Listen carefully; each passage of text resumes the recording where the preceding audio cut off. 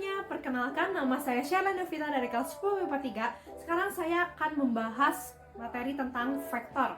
Sebelumnya kita udah pernah menyinggung nih dan juga bahas materi vektor di pelajaran fisika. Tetapi kita hanya bahas kulit luarnya aja loh. Sekarang kita akan bahas lebih jauh lagi tentang vektor di pelajaran matematika peminatan. Here we go. Oke, yang pertama, apa sih itu vektor? Ada yang tahu nggak nih? Jadi vektor itu adalah suatu besaran yang mempunyai nilai dan juga arah. Tentunya besaran vektor berbeda dengan besaran skalar, karena besaran skalar itu hanya mempunyai nilai dan tidak mempunyai arah. Jadi berikut ini adalah perbedaan antara besaran vektor dan juga besaran skalar. Selanjutnya, besaran vektor dapat kita ilustrasikan dengan anak panah, yang dimana anak panahnya itu sendiri panjangnya itu sebagai panjang dari vektor, nilai vektornya, lalu pangkal anak panah itu sebagai titik awal vektor, dan ujung anak panahnya itu sendiri sebagai ujung dari vektor, dan arah anak panah sebagai arah vektor. Terus, emang ada manfaatnya ya vektor di dalam kehidupan sehari-hari kita? Tentunya ada dong. Vektor itu sangat bermanfaat dalam kehidupan sehari-hari kita. Contohnya dalam ilmu komputer, sangat dimanfaatkan untuk mendesain gedung-gedung 3D dan juga yang lainnya. Dan dimanfaatkan dalam bidang penerbangan, salah satunya kemudi pilot, lalu saat pesawat landing dan juga take off, dan GPS, navigasi, itu semua ada unsur vektor di dalamnya. Oke, selanjutnya kita akan membahas penerapan vektor di dalam kehidupan sehari-hari. Ternyata banyak banget loh barang-barang di rumah yang termuat unsur vektor di dalamnya.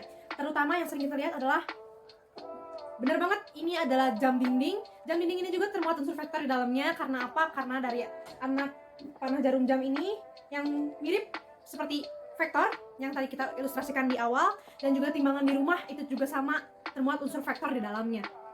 Oke, contoh yang kedua itu saat kita naik sepeda keluar rumah dan menuju ke arah utara sejauh 10 meter dan berbelok ke arah kiri ke arah timur sejauh 5 meter. Terjadi perpindahan di dalam ilustrasi di atas, termasuk ke dalam vektor karena adanya perpindahan, nilai panjang, dan arahnya.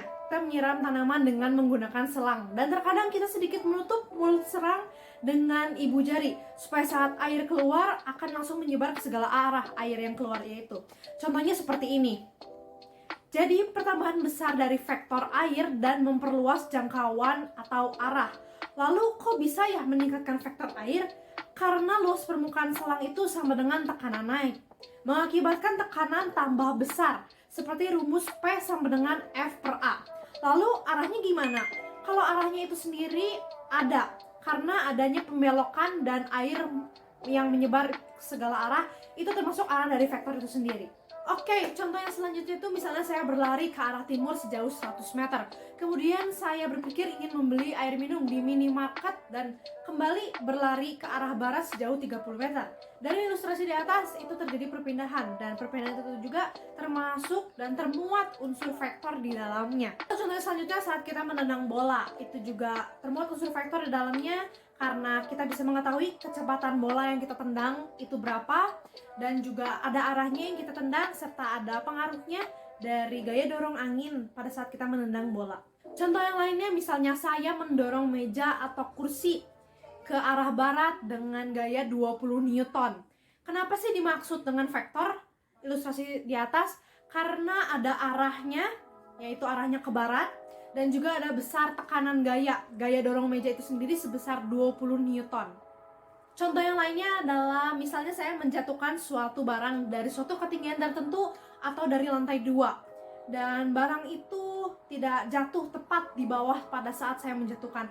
Kenapa demikian? Karena adanya vektor yang dimana ada hambatan gaya dorong angin dan juga gaya gravitasi bumi. Oke, itu adalah beberapa contoh penerapan vektor dalam kehidupan sehari-hari. Semoga bisa membantu menambah ilmu dan kita bisa tahu bahwa ternyata barang-barang di rumah termuat unsur vektor juga loh. Sekian penjelasan dari saya dan terima kasih.